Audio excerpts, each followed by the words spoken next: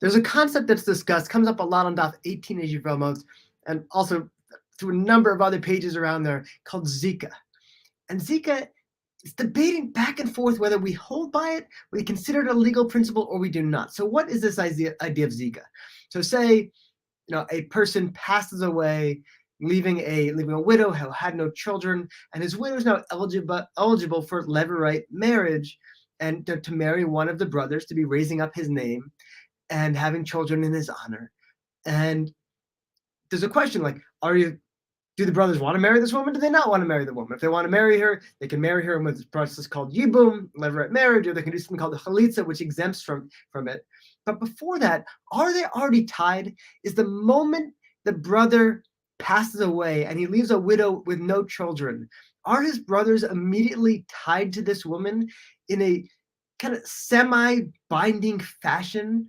Now, haven't finalized anything with either choosing the Yibum path or the Chalitza path.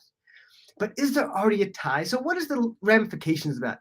If there is a real tie to them, well, then suddenly anybody that they are connected to, they wouldn't be eligible to marry. So for instance, you can't marry a woman and her sister.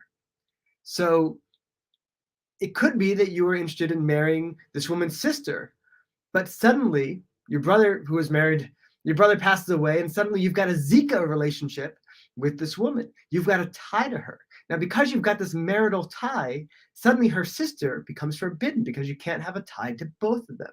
So this is kind of the question. Is there immediately this legal binding that occurs the minute the brother passes away?